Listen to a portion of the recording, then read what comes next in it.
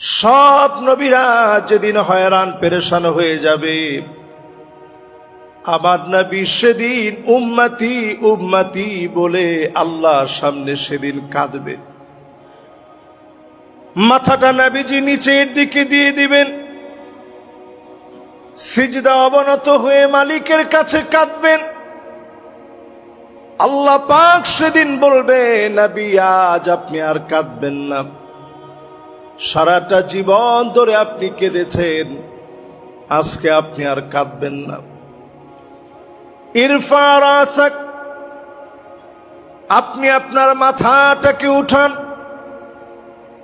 সাল তু'তা, যা মনে চায় আল্লাহ পাকের কাছে আজকে আপনি চান।